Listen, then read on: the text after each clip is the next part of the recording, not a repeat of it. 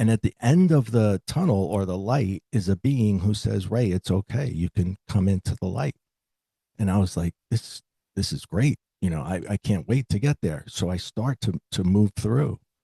And this is what happens that changes everything. In that moment, my father must have heard me hit the floor, and he came running upstairs, and he bashes through the door, and he grabs me, and he's holding me in his arms, and he's crying, and he's showing emotion and love and affection towards me that I never felt from him the whole time that I was alive. And this was it was a big moment because I was like, wow, maybe he really does love me.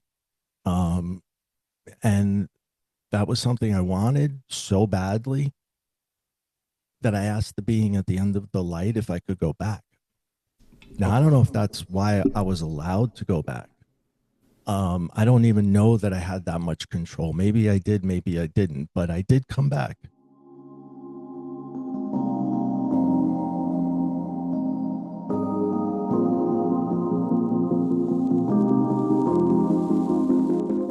Hello, everyone. I'm Kirby Valladares, and welcome to Spirit Said So. Together, we'll journey into powerful stories of near-death experiences and spiritual gifts, conversations that just might change the way you see life. It is a pleasure to introduce today's guest, Dr. Ray Catania. Dr. Catania is a thought leader in metaphysics, a transformational coach, and an author who is helping redefine what it means to awaken. His work blends spirituality with an evidence-based approach, drawing from quantum physics, psychology, and energetic science to create a practical framework for personal growth and transformation. After experiencing a profound spiritual awakening following a near-death experience, Dr. Catania shifted from being a self-described atheist to dedicating his life to helping others break through inherited limitations and reprogram the beliefs that shape their reality. Through his work, including his signature manifestation method, Say It Three Ways, he guides people in aligning their thoughts, emotions, and actions so they can create meaningful change in their lives. So please join me in welcoming Dr. Ray Catania. Hey, Ray, Hey, how's it going? Kirby, thank you so much. That was quite an intro. Thank you for that. I You're appreciate it. It's welcome. an honor to be with you. Let's get into it. So let's talk about how you went from an atheist to your spiritual awakening, and now you're a spiritual coach, and you're doing a whole lot Right to the to good awaken stuff, huh? others. Okay. So, in my youth, in my childhood, I had a rough childhood, I guess you could say. There was quite a bit of drama and trauma, violence, all the things that a kid really never should see.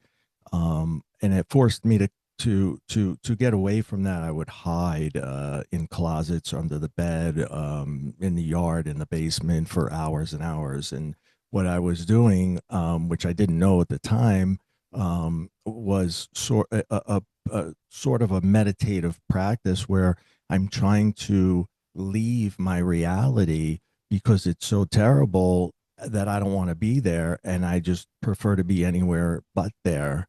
And after doing this hours and hours, day after day, it finally started to happen where I could go into this place, and it was almost as if my mind became detachable from my body, and I could go to a place where I wasn't seeing and hearing and feeling all the things that were going on. So my home was a religious one, where this religion is right, and that's it. And didn't really matter what the religion was. I rebelled against it because of that, coming from that childhood experience. So pushing back on it, and also not finding it hard to believe that there would be a higher power that would allow something like that to a child. It was, why, what did I do? I was just born, and here it is, and I'm in this situation. So there was some of that as well, and that's what pushed me into atheism. And I don't even know that I knew what that word meant at the time, but I was determined to be one. I just know that I rejected all forms of religion and God and anything to do with that. So, um, and I lived a lifestyle which was self sabotaging. I came from a life of chaos. So, chaos for me, I call it chaos was my comfort zone because it was actually a place that I understood. And this is one of the worst things that can happen to anybody is that chaos becomes their norm. It becomes their place of what is most um, easiest to navigate. So, in other words, if there was no chaos, I would bring the chaos because I know how to navigate chaos. But if there wasn't any, I don't know how to navigate that. I don't know how to be. So, many years of self sabotage, drinking and drug abuse, putting myself in really bad situations where I could have and should have died, and not caring if I did. Um, and then finally, I did actually have that experience where I died, and it was my near death experience. And it was ironically, it wasn't because of anything that I had done, because I had put myself in many a situation where I should have died, but this one just happened, and it was because a fire in my home. And the first floor, if you can imagine, is the kitchen. There's a stove. The stove runs on natural gas. And on the second floor was my bedroom. I was about 20 years old. I'm still living at home with my parents. And my bedroom is on the second floor. And this stove is leaking gas all night. We assume it's all night. I don't know exactly. And the gas is rising. So I'm inhaling it as I'm sleeping. In the morning, my mother gets up to make breakfast, I guess, or whatever. And as soon as she turned on the flame, there was a big ball of fire, and the wall caught fire. There was some smoke. But the way I understand the story is my father was able to put that out relatively quickly on his own. But they, of course, called 911, and the fire trucks came, police cars, and I could hear this. So this is actually what wakes me up is the fire trucks. And I go to get out of bed, and this is the first moment I know something's very wrong with me because I couldn't move certain parts of my body. And I would say, like everything from the waist down, I just could not move. My legs were like dead weight. They just felt like they weighed thousands of pounds, and I couldn't move them. I couldn't get my head off the pillow. I couldn't yell. That was really, really the worst. Um, but my right arm worked well, my left arm sort of, and that's all I had. And I knew that something was very, very wrong, and I needed to get out of that bed. I also had no idea what was happening downstairs. Like I don't, all I hear is commotion. So I'm trying to pull myself to the edge of the bed. Um, and every now and then, as I tried to get a little closer, I would pass out again, and then something would wake me up. And in the moment, I was like, "Am I dreaming? Is this real? Like what is going on here?" And I'm trying to get myself to the edge, and I know if I don't get out, I'm going to die. That much I know because there's something seriously wrong with my body. And I pull with everything I have, and I tumbled out of the bed, and I landed face first right on my face. And it must have made a thump that they heard downstairs. But I hit the floor, and you know how you get hit, there's like that pause, and then the pain kicks in, right? Right. It's like It's a like a little bit little of a bit of a pause. pause. Right. That didn't happen. There was never any pain. And it was because I was no longer in that body. I was above my body. And in fact, the room was a square, perfect square. And I was in the upper left hand corner of the room looking down on my lifeless body, completely separate. And this, you would think, would scare me, but it didn't. It actually felt natural. It felt great, euphoric, even. And adjacent from me in the opposite corner, shining on me, was what seemed like a spotlight, like a big, huge white light. And it was only on me. It was on my energetic self, not my dead self, just on me. And I felt a part of the light. This is very hard to explain, but I'm the light and me are one. I'm a part of this light. It's a part of me. And I want to continue to travel into this tunnel. And so I do a little bit, and the euphoria increases. And so I almost feel in this state right now, what I'm referring to is the greatest feeling I have ever had being alive. 100 times better than anything I've ever experienced before. And at the end of the tunnel or the light is a being who says, Ray, it's okay. You can come into the light. And I was like, this is great. I can't wait to get there. So I start to move through. And this is what happens that changes everything. In that moment, my father must have heard me hit the floor, and he came running upstairs, and he bashes through the door, and he grabs me, and he's holding me in his arms, and he's crying, and he's showing emotion and love and affection towards me that I never felt from him the whole time that I was alive. And this was it was a big moment because I was like, wow, maybe he really does love me. Um, and that was something I wanted so badly that I asked the being at the end of the light if I could go back. Now, I don't know if that's why I was allowed to go back.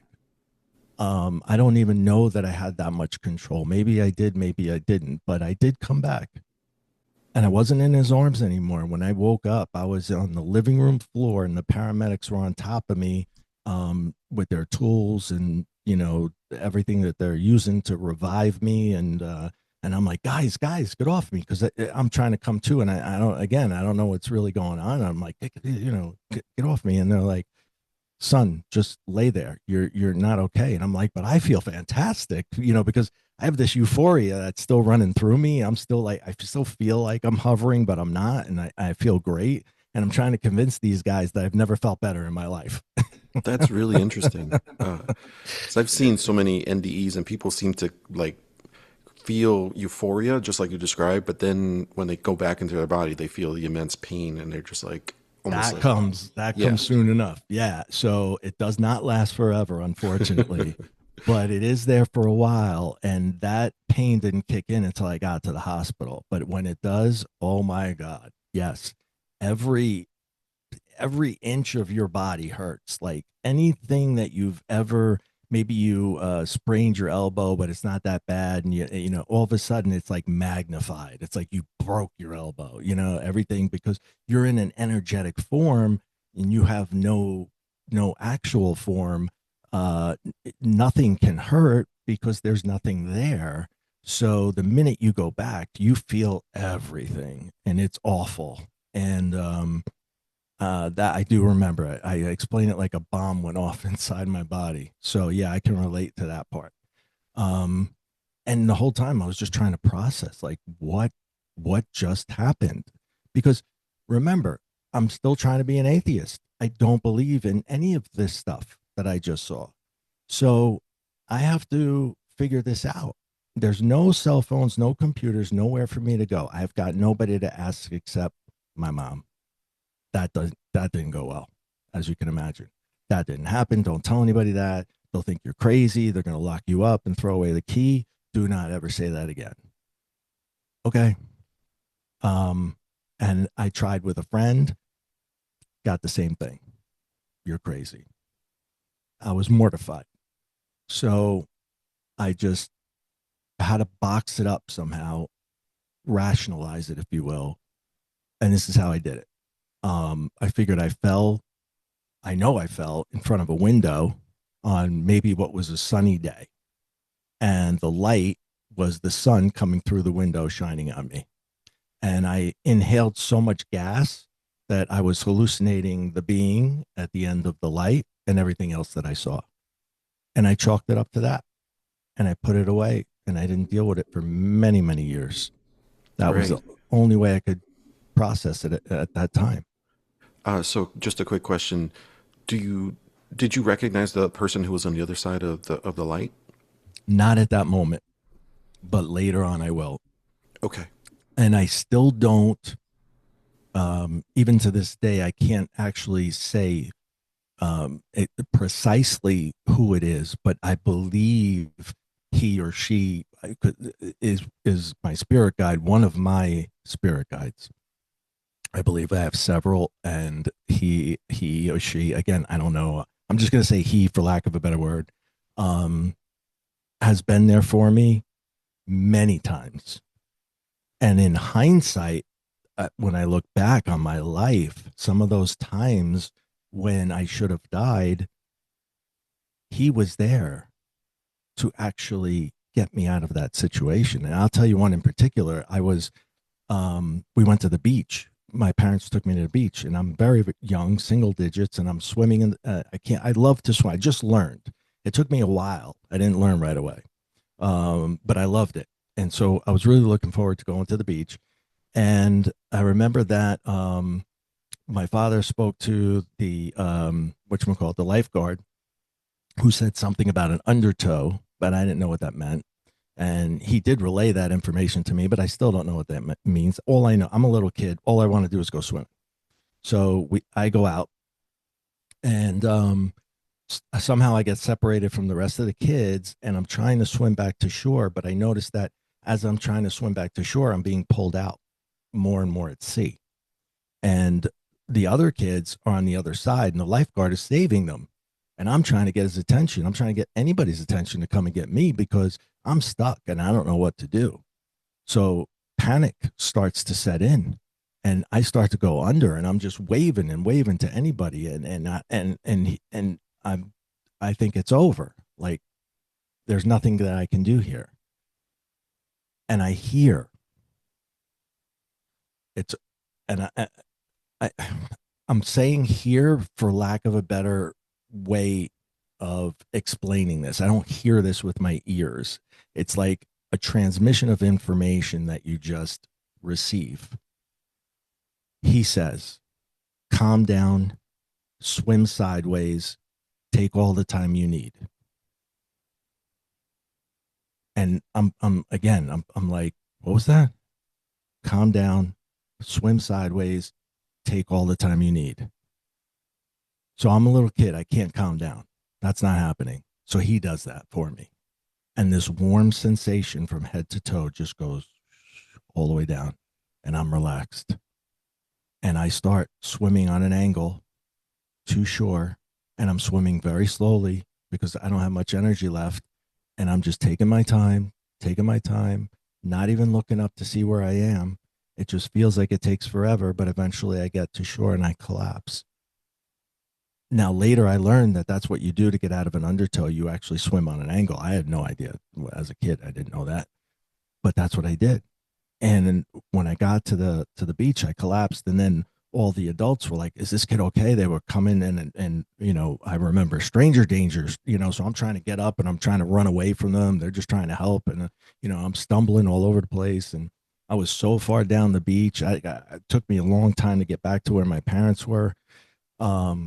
But it clicked. That was the same being because everything about his energy was the same. And that's not the only time. There's several of them. And I think I put a lot of them in the book where he's right at that moment where it should be over. He helped me. And you're going to ask me why. And I'm going to say, I don't know. Yeah, that's amazing that you were able also to recall, meeting or like having that experience with your spirit guide at that time too, when you're much younger, way before your NDE, and he was able to guide you, and you were just able to kind of flow with that guidance. That's a Yeah. really cool story. But yeah, Stranger Danger. I did read that in your second book. And it was interesting that you were not able to find your family right after that. Like you were kind of searching for them afterwards. Yeah, and a lesson that I took away that day was you can't count on anybody but yourself. So you better understand that in this lifetime. Yeah, that's actually a very good point. So then I guess like we'll fast forward to like where you kind of decided, okay, you know what, I'm no longer an atheist. Like, how does that transformation happen? It takes many years for me to process the NDE. And I understand someone did a study, and I can't remember um, the company, but I learned this at a convention that I was at. Somebody was sharing this information, and they said on average it takes a person 14 years to integrate their NDE. Well, mine was like 20 something years because I had gone through so many various stages of my life. Now, imagine this: I'm 20 years old. I just had this NDE. I don't fear death at all. Now I really put myself out there. I have no kids. I have no wife. I really have nothing to live for. And I really push it to the limit. And he's there again. He has gotten me out of another situation where, gosh, there's so many. There's one when I was working in a bar, and I was working for some shady people in this industry. And I was leaving the night, and I was putting stuff away, and I went behind the bar, and there was two groups of people, one on this side, which was the boss and all his guys, and then on a little bit down was a group that I had never seen before. And one of those guys said, "Hey, give me a Johnny on the rocks." And I looked over at the big boss, and he gave me the head nod, and so I poured it. And he goes, "Don't give me that. Give me the good stuff." And I looked over again at the boss. He gives me the head nod, so I went to get the good stuff, which is in. I had to unlock the cabinet underneath. So I go, I get down, and I'm under the bar now to try to open this cabinet, and I hear pop, pop, pop, pop, pop, pop, and I know no one's lighting firecrackers inside this club after hours. I don't know who's shooting at whom. I don't know who's dead or alive. I don't know what I'm going to see when I get up. I'm just figuring, how do I get out of here?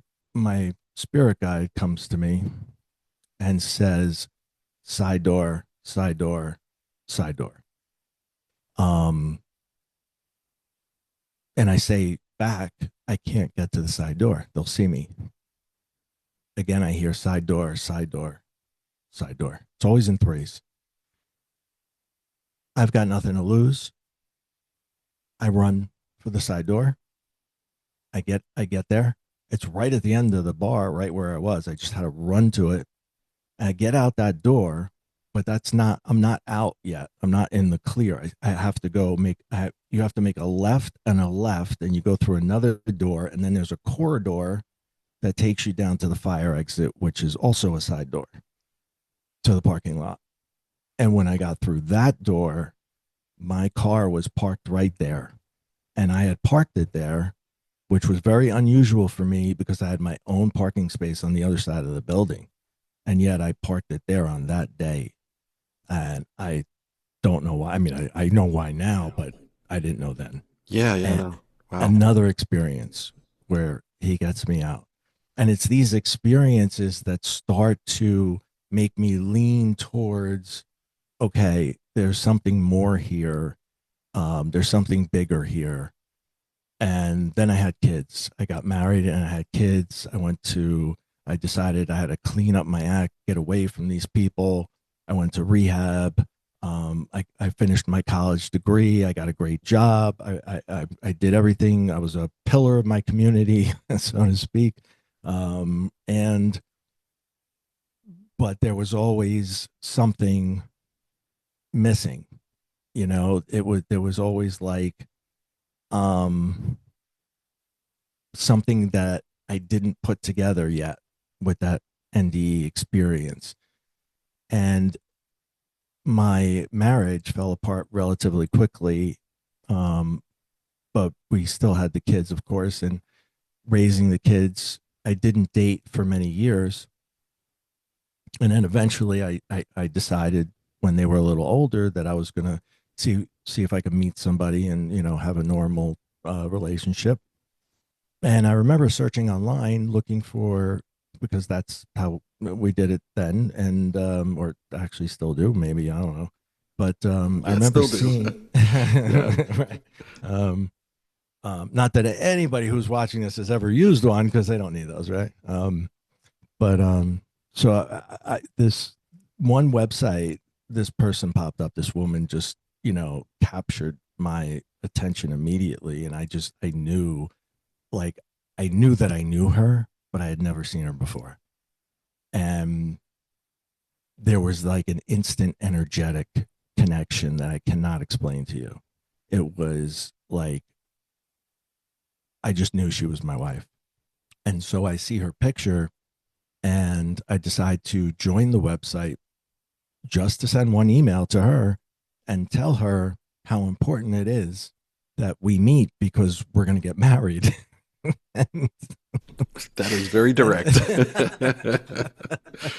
and it's destined to be, and blah blah blah. And and she's like, "You're absolutely crazy." And I said, "I know, everybody tells me that." I said, "But if you'll have dinner with me, I'll explain this whole thing." And she does, and we got married, and That's we're amazing. still Wow. together. But now what she brings to the table now is something that is, I can't explain. So we're together and things are going well. I'm dating for maybe 2 months. The kids are in a great place. I've got this great job. Everything's like good, and I'm grateful for that. And what happens is 2 months in, I've always experienced energy. I have the being. I've had things that I can't explain. But this next thing that occurs leaves me in a place where I think I'm insane. And what happens is, it was a Friday. I'm at work and I see for the first time, and it's not my eyes. Again, it's my third eye. A movie screen opens up. This is the best way I can describe it. On the screen is a person, and the person is speaking to me. And he says, "I effed up. I made a mistake. You can help her. I cannot." And I paused, like, did anybody else see that, hear that? Did that really just happen? Is that my imagination? What's going on? Like, that was off the wall. I've never experienced anything like that. Even the being I've never seen in a human form. It's just like a ball of energy that I've seen. So that was completely out of the ordinary. So that starts on a Friday, and he keeps telling me the same thing over and over. He comes back. "I effed up. I made a mistake. You can help her. I cannot." And he is very, very persistent. And he is not going to stop telling me this. So on Friday, I figured, let me leave work. I'll say I have a headache. I'll go home. I went to sleep. By tomorrow, this will be over. I don't know what it is, but it'll go away. I've experienced crazy things before. It'll go away. Not only does it not go away, the next morning, as soon as I wake up, there he is again. And all day long, he keeps coming back. By Sunday, I can't even function normally. I can't drive without seeing him. I can't have a conversation. I can't do many of the things, normal things anymore. And I remember that the last thing that occurred, I was at the counter and I was paying for my stuff in a store, and I don't know what I did, but the lady said, "Are you okay, sir?" And I said, "No, no, I'm not." Like, I almost wanted her to help me. I didn't know what to do with this. And I took my credit card back and I went to my car and I broke down and I just cried. And I was like, I did everything what I was supposed to do. I cleaned up my act. I got sober, went to college. I got a great job. I met a great person. My kids are awesome. And now I'm certifiably insane. This This is is not cool. So I have to ask you. So you're seeing this constantly playing out, like he's the same message just being repeated over and over again. It's like an 8 second video loop that Hmm. I just see again and again and again. It'll take breaks, but it'll come back and it'll just be again and again and again. Wow. Kind of reminds me of, I guess, the movie Ghost, where Patrick Swayze's character is like singing, 99 bottles of beer on the wall, and Oda Mae Brown is like Whoopi Goldberg's character is like, shut up, he just won't leave her alone. But that to me is just like, oh my God, I That's wouldn't a know what to do really with that. good example of the persistence, Yeah, because this message that he was trying to give me is a big deal. And, I go into it in detail in the book. It actually saved somebody's life. And I don't know if that happens in the movie exactly. I don't remember the whole movie, but yeah, this message had to get across. right. So, but right now, I'm just thinking I'm crazy. And what am I going to do? So I make sure that like my affairs are in order. My will is done. I have a not a DNR, but the other thing. Do not intubate. Like if I die, just let me die. That's it. I'm not. I'm okay with the light. I love the light. Um, so I wanted that in writing, and so I make sure my brother's got all my paperwork, and now I have to tell this woman I just fell in love with, you need to move on because I'm insane. Sorry. You were right. I was crazy. And to make this story even crazier, if you can, she is by trade a doctor of psychology. Like that's what she does for a living, and neuropsychology. So I'm going to tell a doctor of psychology I see people that are not there. By the way, how's the salmon? It's going to be a very bad dinner, to Mm, say the least. right. But here's how I know she's my soulmate, because the answer that I got when I explained it to her, she goes, whoa, whoa, whoa, take me through this again, every detail. And I was like, well, it's a big, stocky guy. He's got a beard and mustache, thick black hair. And he says, I effed up, made a mistake. You can help parking out, blah, blah, blah, blah. And she leans in, like almost excited, and goes, that sounds like my dad. And I said, babe, your dad's dead. Okay. You think I see dead people? You're nuts. And I'm getting out of here. Check, please. So she's like, no, you don't understand. I've been to mediums and my father comes through and he's like the way you're saying. He's very, very dominant. He's very like in your face. And that's what he looked like. I said, no, it's not what he looked like. This guy had a beard and a mustache and thick black hair. It's not him at all. And she said, what picture are you looking at? And I said, the one in your living room, that one that I see all the time. And she goes, that's like 20 years old. He lost a lot of weight and he shaved. And she shows me what he looks like. And I said, oh my God, you know that guy? She goes, that's my dad. Okay, now what? Like, what do I do with this? So she says, of course, um, she's thinking clearly. She says, I'm booked a session with a medium that I've been waiting for her to come to our area for a long time. I'll make another appointment and tell her about you.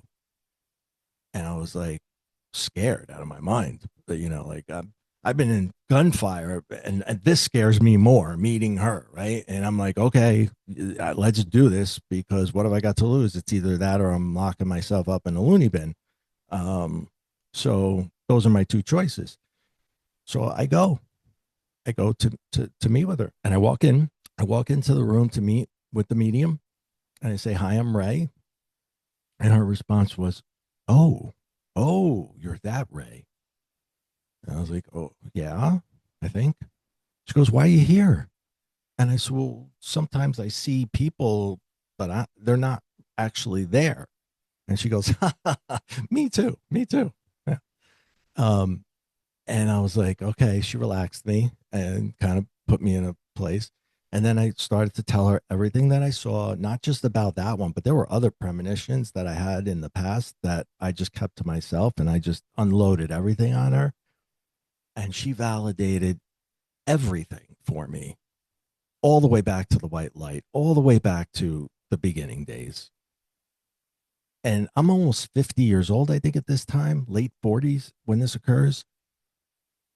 And at that age, it's the first time I ever had a conversation with another human who understood me and didn't say you're crazy.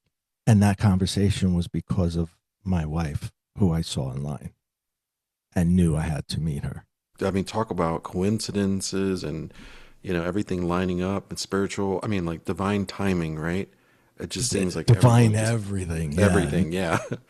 Wow. So then after that, you're just like, okay, guess I'm curious. Like at that point, do you're like, I guess I'm a medium, or like, what's your mindset at this point when you get all these validations? That's a really good question. So I walked out of there feeling relieved that I wasn't crazy, but nervous that if I am this other thing, I don't know what that is. So what do I do with that? You know what I mean? Like I did not believe in mediums. I did not believe in psychics. I didn't believe in intuitive, nothing. I didn't believe in religion. Remember, I was trying my best to push back because life is simpler when you don't have to deal with this stuff. And now I have to. It's right in my face. So luckily, that particular medium, she agreed to take me under her wing for the first year and teach me. And she helped me navigate it. She helped me learn how to turn it on and off. She taught me rather when someone's trying to come through and if you want to engage or not engage and the things that you can do, right? So because that was the biggest thing was getting it under control for me because it was controlling me. I was not controlling it yet. I was not in a place where, I was doing readings like you see a professional do. I'm not doing that. It's just coming at me, right? Boom, boom, boom, boom, boom. And when they know that you can see them, they start coming more and more. It's like the word's out. And like, hey, I get this guy Ray. He can see us. Come on. And even her father brought like more people and I was relaying these messages and I said to my wife, I said, listen, I got this message, do you know anything about it? And I told her the whole thing and she says, yep, I think I know who that's for. And I said, okay, well, if you deliver it, do not say it was for me. I do not want people in the neighborhood to think I'm a nut job. I don't want anybody to ever know that I can do this under any circumstances, right? So she comes back and she tells me, she goes, it was her widow and they were having dinner. So my wife was having dinner with a woman who lost her husband, and her husband was the one that was speaking to me in the afterlife, from the afterlife. And my wife said, she really needed to hear that. You don't understand how much closure and how much that meant to her. We still didn't figure out at that point, we hadn't figured out what his message meant yet. We just knew it was something big. Um, so I started to feel like, okay, this is a good thing, I think. Um, but it took a lot out of me. So I continued to study with her. And then near the end of the first year, I remember that my birthday was coming up, and my wife says, "What do you want to do for your birthday? Why don't we take a trip?" And I said, "Okay, that sounds good." And she's like, "You want to do like Aruba, Bahamas, or this resort or that resort?" And I'm like, "No, no, no, no, no. I want to go to the middle of the woods with a tent and trees and an outhouse and nothing." And she's, "Okay, you really are crazy, aren't you?" And I was like, "No, you don't understand. I need tree. I need the earth. I just need trees. You need, yeah. No people."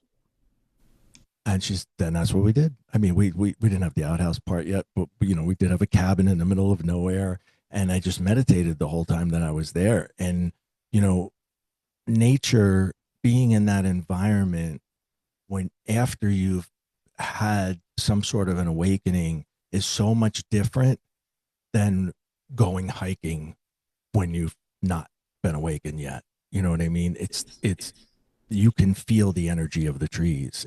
They're living beings, and it's such a different feeling. Like I hate wearing shoes. I want to touch the earth. I want to feel it at all times. You know what I mean? Like it's like it's just different. I don't even know how to explain it. So the last thing I wanted to do was be around a million people who are, talking about what car they're driving or what this they're doing or, what other stupid stuff that means nothing to me anymore. So when we came back from that, I made the decision that I was going to end everything I was doing, quit my job. At this point, my kids are older, so they're out of the house, they're in college. Um, and I just walked away from everything. And I started to write the books, and and I started to study and learn everything that I possibly could. I went back to college for metaphysics and did my doctorate, um, and learned everything. I studied Freud, Carl Jung, Saggioli in the psychological world, and I studied physics, Einstein, Niels Bohr, Heisenberg, you name them. And I tried my best to um, put take science and spirituality and put it together. And one of my mentors, um, one of my greatest mentors was Joe Shield. I was with him for many years. I was also with Eckhart Tolle for a short period of time. Amazing individual. I was so grateful for those two individuals. So I've had mentors plus the schooling and everything else. And I started to put together framework that the what I felt was my awakening and how it occurred, and try to put that into a format that anybody could read, but not just read, recreate. You don't have to go through the traumas. You've probably already had them already. You just have to utilize them in a way that it's for your own advancement and evolution, which I did not realize. I thought things were being done to me. They were being done for me so that I could see. And once you see it, you can't unsee it. And so I tried to package this up and give it to as many other people as possible. Two things. One, your validations, and how did you, like, I guess, was there like a level of excitement of like, oh my God, like I have this spiritual gift, right? And I know that you mentioned in your book that sometimes those gifts can be sort of a curse. You're like, it's good, but it's also kind of like, Mm, I love the phrase, you get what you know, which leads me to the next part, which is you mentioned that sometimes you get spiritual beings that kind of had a rough life, like yeah. you've seen things, right? Right. And you kind of want the lovey-dovey ones who are like, hey, I want to send love to my family. So I kind of wanted to ask you a little bit more about that because I've never heard that that would be a specific group that would come to you, right? So I Yeah. was just wondering, it's like one, the validations, like how did that make you feel when you first started, kind of going on this new journey, right? And then Hmm. yeah, now tell us a little bit about, the certain groups that you get, and are you still being visited, or has it balanced itself out at this point? Sure. So the validations mostly came from my mentors, and when I was lucky enough to get into Joe's mentorship circle, it's not a regular class. It's the mentorship is a few people are hand picked. You have to go through a lot of testing and answer questions and interviews and all this other stuff. And what was ironic was is we came across his website, and the final day to apply for his mentorship program was my birthday. So I knew I had to apply. I never thought I was going to get accepted, never. But I did, and he really just raised my level of awareness and abilities to new heights. He would have us read in class for one another. We'd read for strangers. He would throw us exercises with curveballs, all kinds of stuff that was just challenging and pretty awesome when you got it right. But one of the things that was always frustrating me and was that I would always get like the person who committed suicide, who wanted to apologize to their family, their mom, their wife, their whomever, and I would have to watch the suicide over and over and over again. And then I would get the people, who, like you said, had a rough life. Something they were murdered. I had one lady that was murdered, and I everybody else is just getting like who's been murdered and who's been this and who's been that and who OD'd, and, I make a joke out of it in the book. Like, imagine Beetlejuice is just sending people, okay, you died of this, you see this one, oh, you OD'd, you go see Ray. Medium Ray is going to help you. You were murdered, you go to Ray, and this, oh, you just want to say I love you to your dad. Okay, you can go to Susie over here. And I felt like it was like that, and I asked my mentor, I said, what is it? Why do I get this stuff? And he says, well, you get what you know, because spirit has one shot to get your attention and get you to get a message across. Do you think they want to risk that with somebody who doesn't understand it? And I was like, oh, okay. And a light bulb went off. And most of my life I had experienced trauma, so I would get the traumas.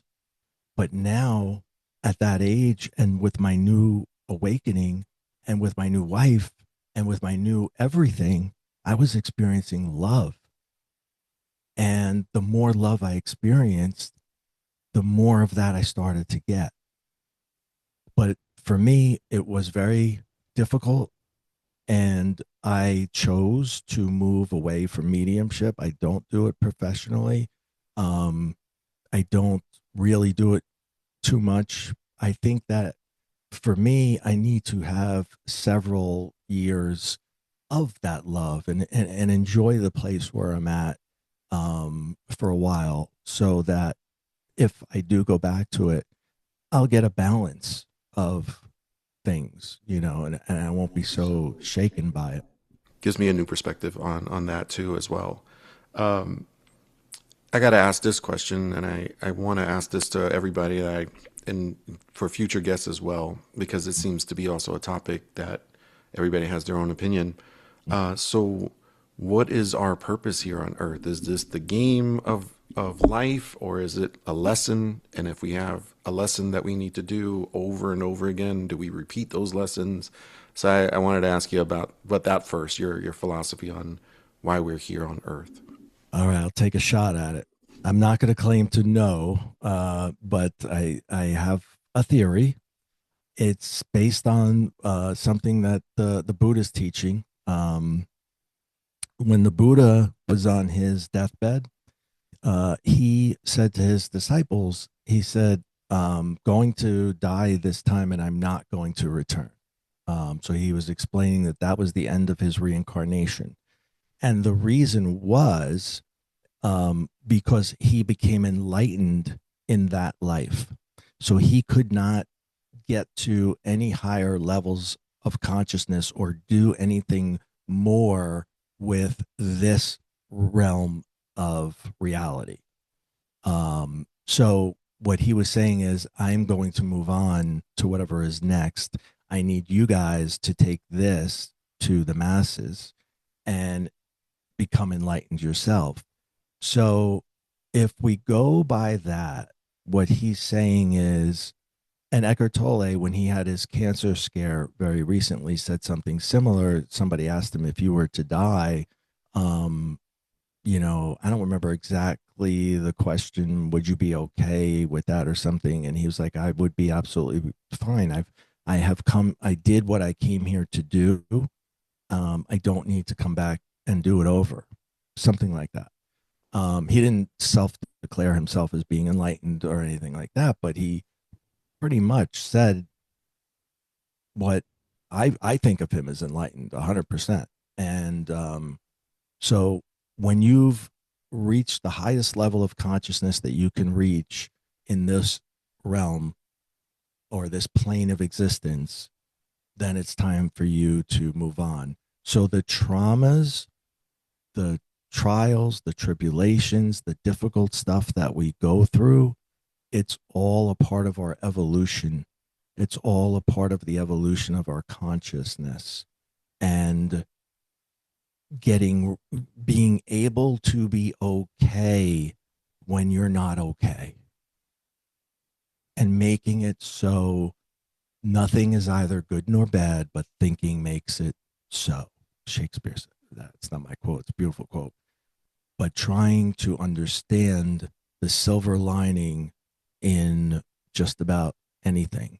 And I know there are tragedies that are beyond anything that we can fathom, like losing a child or losing a certain loved one. And I completely understand that it's just impossible to rationalize that. And, but just there has to be a reason that we experience these things. It can't be for nothing. Um, and usually with most things we can find it. Admittedly, I met a group of women, wives, who escaped the war in the Middle East, and they escaped with maybe one child or two, but they were mothers of 4 and 5, and they had husbands. And I asked, how do you get through the day? And they said, each day we wake up and we thank God that we have half our family. And I was just stunned. They don't get up and say, I hate you for losing half my family. I'm grateful for having half. I don't know that I could do that, but I will never forget them as long as I live. But to be able to just say that and try to go about your day is amazing Hmm. in and of itself. Right. There was a part of the book where you talked about selling the dolphin, and you had done a meditation and you were like, I don't know what the dolphin means. I got to figure it out. And your wife was like, let me go online and figure it out. And you were like, no, no, I'm not going to do that. Yeah. So I had to ask that also, like, when is it beneficial to go on the internet to find information, and when is it like, okay, you know what, I got to figure this out on my own? Because, like you said, the answers are within, right? So sometimes you have to feel like, all right, you know, and maybe I need to sit on this, let it kind of just let it flow, and maybe I need to do a meditation later, or you know. Yeah. But I, like you, I agree. Sometimes the internet could be, you may get one answer and then realize, oh wait, there's multiple answers, so there's no right answer. And the reason why I say this is because I do readings with tarot cards. And Mm. one time I was actually looking for time, you know, timing, try to figure out timing. And then that's Oh, when I quickly that's a realized, tough I was one. like, that, yeah, that's a tough one, right? So I was like, oh, I don't want to ask my mentor. I kind of want to see this and try to figure it out. Maybe, you know, then I quickly realized, I was like, there's so many different ways or so many different opinions. And I was like, yeah, let me go back to my mentor. Yeah. So I thought that was a really interesting story, but I wanted to ask you again, when do you think, you know, is the kind of right time to kind of approach the internet for stuff? And when is it kind of like, maybe I just need to kind of just see what resonates with me? So it's always about what resonates with you. Um, I s- did, there was a time when I would say never look at the internet, never ever. And my mentor taught us that there's these books out there that say that, I'm trying to think of an example, but like, a certain color always means this, or a certain color always means that, or the interpretation of this thing is such and such.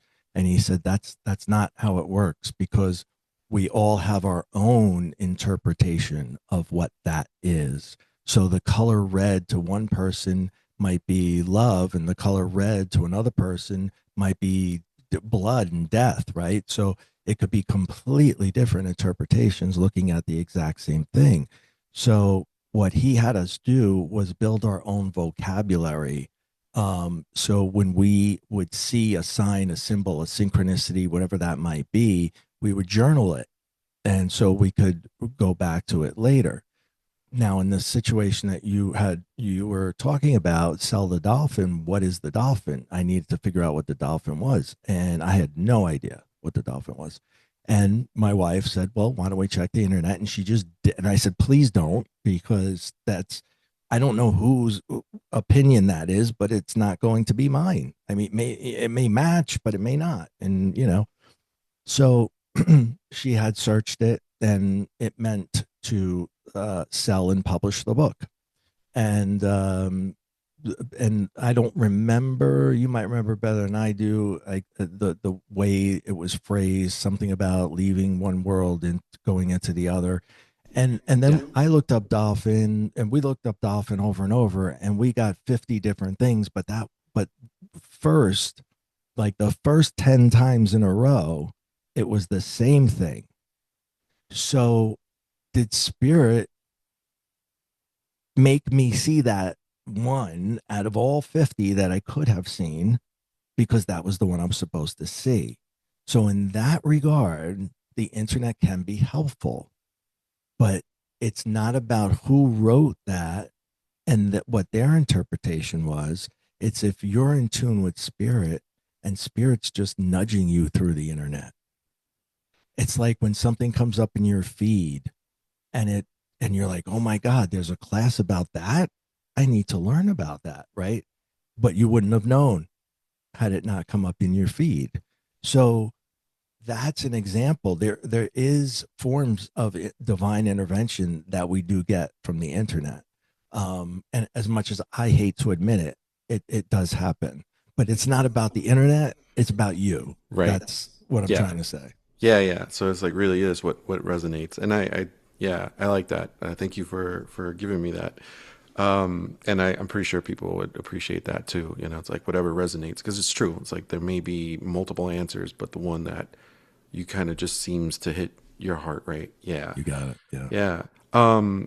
So when you were telling your story, I was like, oh, well, the Ghost, the movie Ghost. Every time I sometimes I hear stories about spirit and how they communicate.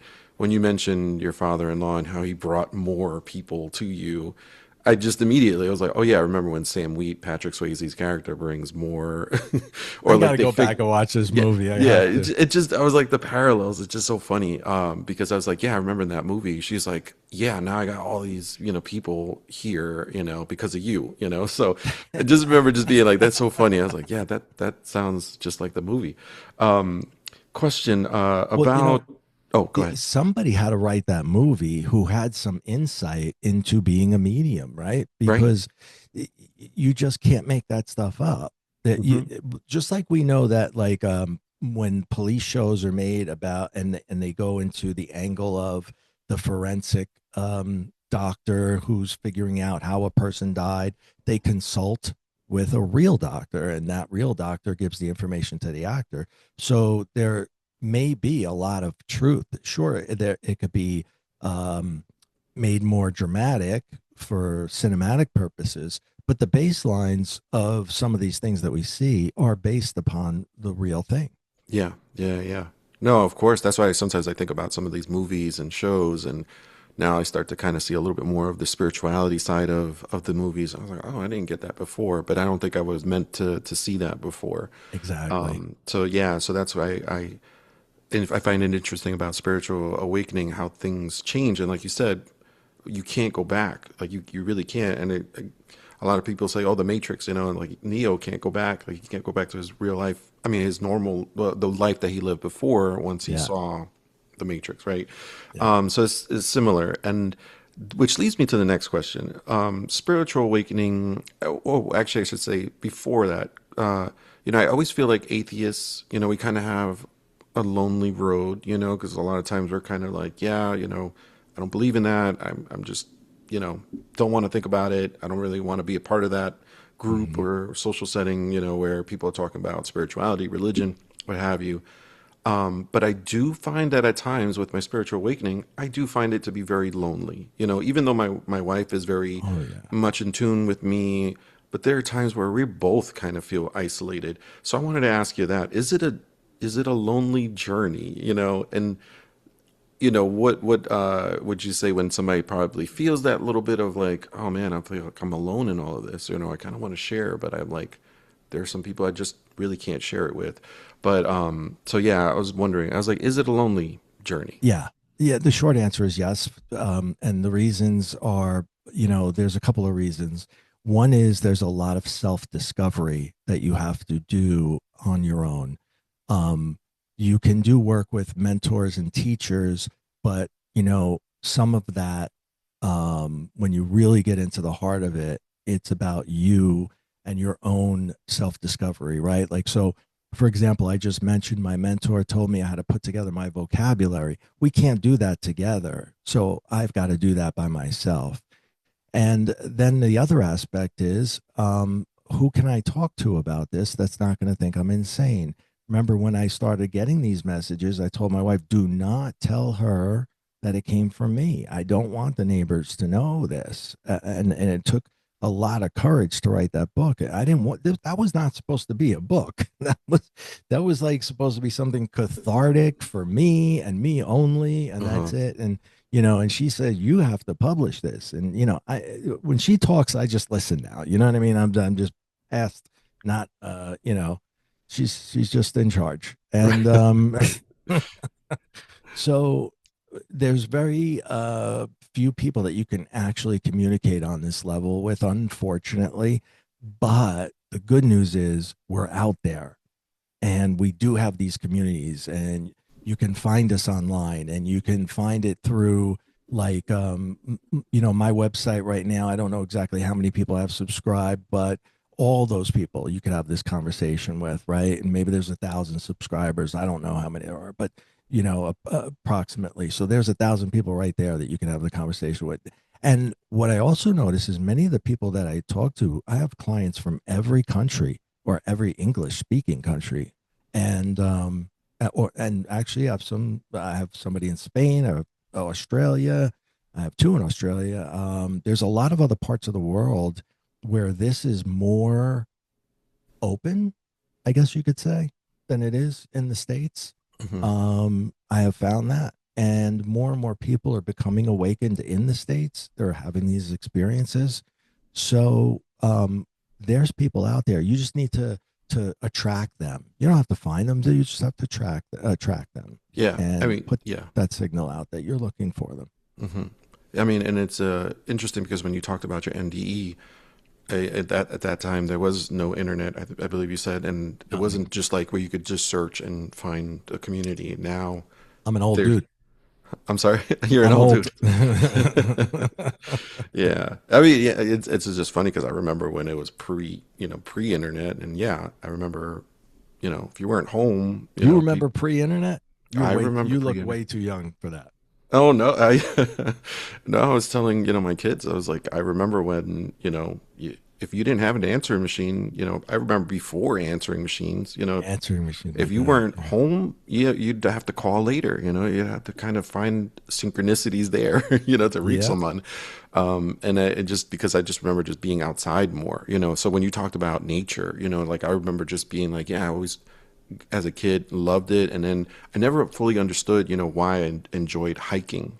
But Mm, now, it's like, yes, it's because of that connection to nature, to earth, yeah. that feminine energy that you need, you have to recharge, so when you were talking about that, about wanting to go hike, I'm like, empress, Yeah. now it just almost like immediately comes to me. It's like, oh yes, the empress, feminine energy, and then you got the masculine energy where you got to just do action. Yeah, so That's part of answering your question too. Like, I don't speak for everybody, but I don't have that desire to um go into those situations. Like, say for example, when I chose my vacation, we could have gone to on a cruise, right? And then mhm, everybody's just on the cruise laughing it up, drinking it up, having a good time. Like, that doesn't appeal to me anymore. It just doesn't have there's no excitement to that any longer. And so I removed myself from those types of situations, and I gravitate more to less people more spiritual than more people less spiritual. And it's just a direction that came naturally. yeah, I will suggest an Antarctica cruise. I will be Yeah, honest, that I'm was right very there. spiritual for me and my wife. And it was our first time going on a cruise, but I'll be honest with you, I'm like, I didn't drink. I don't drink, anymore. it's just interesting how things have changed. But I will say that going and actually landing, because it was one of those expedition cruises where you can go and be on Antarctica and you get to see the penguins and everything. I will highly suggest that because it was like almost everybody on that cruise. I guess they, even though we came from different backgrounds, different countries, it just it just felt different. You know, They were, like it just everyone there was just kind of like there was just a present, like we were present. You know, like yeah, we were literally yeah. present, and we are just like, oh my god, I can't believe we're here. You know, Yep. and I think that excitement really is kind of why I still sometimes think about that cruise, just because I was like, it was the ship wasn't even the thing. It was just really the experience, you know. So I will Right. highly suggest if you try that cruise, maybe you might feel a little different on that particular expedition cruise I that we did. love that idea. Yeah, I am definitely going to look into it. Yes, yeah, that sounds fantastic. yeah. I don't also don't want to keep you too long, but I did want to mention, yes, that your mentor is in the Forever Family Foundation. So I did have a previous guest who's actually been certified through them. So yeah, I know how difficult it is. I remember going on the website and I was like, oh, they hardly ever. It's only 26, I think, or Yeah, it's like almost 28. like less than one a year. And I was like, that is intense. I was like, well, that just goes to show how really strict they are about certifying a And medium. and and my mentor is one of those Yeah, people. yeah. So I That's found that to be really incredible. cool. Yeah, and I wanted to ask you the roadmap. You know, like you had someone who became your mentor, a medium that, you know, you kind of they were able to mentor you. But like Mhm. I know for me, I was like, I'm looking for a mentor, but I kind of sometimes find myself being like, okay, you know what? I actually go to the library and check out books. Interesting fun fact, I was a librarian for 18 years. I Ah, hardly checked out anything. Now I find myself constantly going to the nonfiction section and seeing what's new and just checking mm. out stuff because it just resonates for me. Before I was just like, I'm forcing myself to read here, but this just sticks. It sticks with me. Yeah. So yeah, you mentioned about going to school and going Mhm. into metaphysics. Can you talk a little bit about that? You know, because I think that might be also something that people might be interested in. And I've always been like, yeah, what do you do? How do you get certified? You know, like, or go to college? You know, like, what is this all about? But yeah, can Metaph- you talk about that? yeah, metaphysics really interested me. There's four primary pillars. My focus of my study was on transpersonal counseling versus CBT or cognitive behavioral therapy, which is the typical type of psychology you get when you go to a psychologist, Freudian stuff. So, and that's what I did my dissertation on, metaphysics versus traditional psychology. And what I ultimately found was not that one was better or superior to the other, but that we needed both. And that is what I think Carl Jung, who was Freud's disciple, and you're familiar, they used to argue for weekends. It would go on and on and on and on. Hmm. And Jung was trying to explain to Freud, who was an atheist, there's another component here to a human, and that's the spiritual, the energetic one. And we can't overlook it. We have to make that a part of therapy and counseling. And I gravitated towards that. I agreed with that, especially having the life that I led. So that was my primary purpose of going down that path, was to be able to help other people. So I do metaphysical counseling and transpersonal counseling, one on one, and it's so rewarding for me to see people reach these higher levels of consciousness, or be able to use their spiritual gifts, or get over the ego that's just dragging them down, knocking out self-limiting beliefs, learning how to manifest. I mean, it's I love it. I love what I do. I can't wait, like, to get up in the morning and go to work. It's just I love it. And that's why I did that.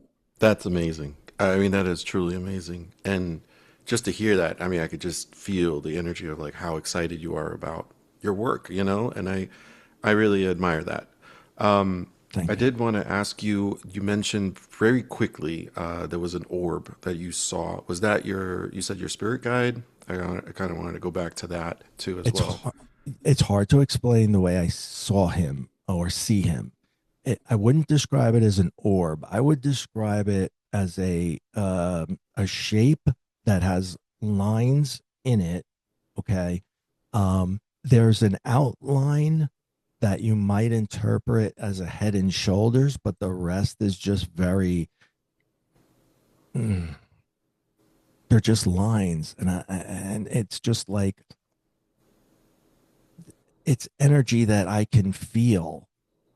So we've got five physical senses, right? We our sight, sound, etc. But we have a sixth sense. And in the early 1500s, interesting enough, in the early 1500s, when the very first medical journals were written, we had six senses. Consciousness was number six. Oh wow.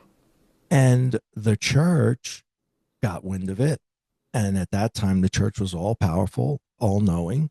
And they said, what is this consciousness? Because this sounds a lot like spirits and souls, and that's our stuff. And don't be messing around with our stuff. And science kind of fought back, but lost that battle. Needless Mm, to say, over 300 years of killing people and burning them at the stake for being a witch and going down that road. So that they were like, okay, we'll stick with our five. We're good with five. We don't need the sixth one. But it got omitted, and it's not in any books, but it needs to be there because that sixth sense we can do so much more with. It is the non-physical. It's our only connection in this body that we have to the non-physical, and it's always there. Everybody has it. You're born with it. We lose it because it's underdeveloped due to science leaving it, and it's underdeveloped because we don't teach it, and it's underdeveloped because religion is going to try to give you their version of it, and that's the only one that's right. hmm And that's where we lose it. Right. And pre-internet and pre um, um, technology, we were more in tune with that because more people meditated. No one was watching Netflix. They were meditating, right? Or prayer, which is a form of meditation. And they were connecting. They were utilizing that sixth sense more. And today we ignore it and we go for the physical ones because the physical ones bring us instant gratification. It's true. And that's not as healthy as the sixth and what the sixth can do for you. hmm Yeah. Yeah. It's so funny. Like sometimes I do find it to be a blessing that I could see, more spiritual stuff on my reels, as they come through. But then there are times where I was like, am I just doing this just to get some, just kind of feel, instant gratification or maybe just feel the connection, right?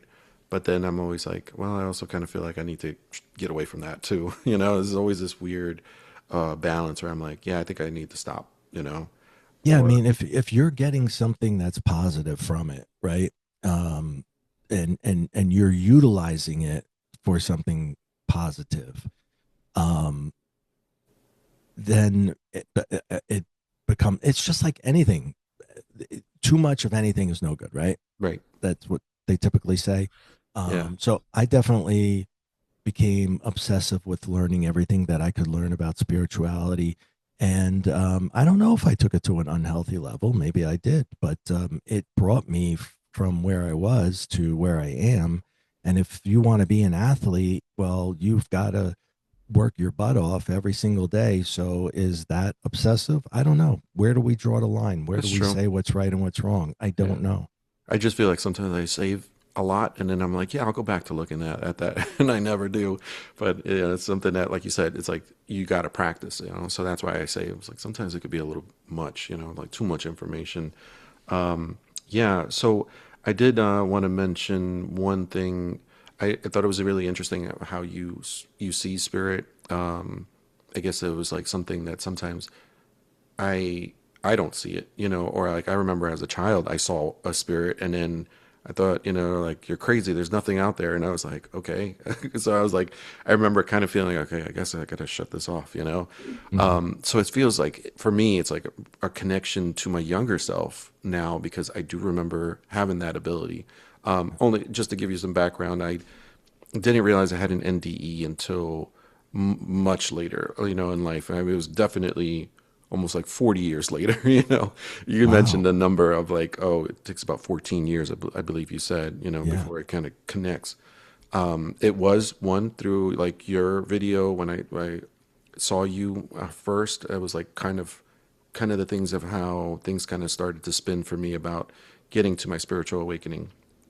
And then the moment, kind of like what you said, it was just like it kind of hit me because I remember having lunch one day and I was just like, man, these NDE videos, they're amazing. It's like, I kind of want to have that experience, but I don't think I want to go through like the death part. And as soon as I said that, that's when it hit me. And it was like, oh, I had one. And it was because of a story. Like, I had always known as a child the story that my family would always say about how I fell down the stairs and I passed out. And, it was one of those things where I hated hearing it because I was like, man, they make fun of that story all the time. And Mm. then I quickly realized, I was like, wait a second. That's probably why, I remember seeing these things, experiencing all these things in my house. And I just remember thinking, like, what, how's that crazy that I've been able to kind of piece these all things together as soon as that, like, I guess as they say, a download, right? Just Yeah. happened. So then, just I guess like going forward, I guess I was just wondering, it's like, where do you see us going now? I guess maybe I was like, I'm talking a little bit about myself, but I guess I'm just thinking, where do we go from here as like as a collective? I guess, you know, what do you see, for us, going forward? Well, I can only say what I hope for, and that is that we all recognize that we are all one. We come from one body, one entity. I don't mean physical body, I mean a body of energy. That light that I saw on that day, we're all a part of that light. And we really need to remember the actions that we take, the things that we do, the things that we say. They affect that collective, they affect the light. And when you do something that hurts your fellow man or woman, you're doing it to harm yourself as well. You must remember you're going back to that light. So you're going back to what you hurt. Um, if we can all see it that way, we can lift each other up as a society. We can take each other and do incredible things. One person can do incredible things. Imagine as a collective what we could do if we all recognize that simple fact that if we lifted each other up and we brought ourselves to a higher level of consciousness, we could all evolve and get to whatever the next level is, and not hurt each other to get there, because that doesn't work. Fighting to succeed doesn't work. Yeah, I agree. Thank you, Ray, for being my guest today. I really appreciate it. I know we probably definitely went over time, but again, really thank you for coming on to the show. Thank you. It was my pleasure. Thank you so much.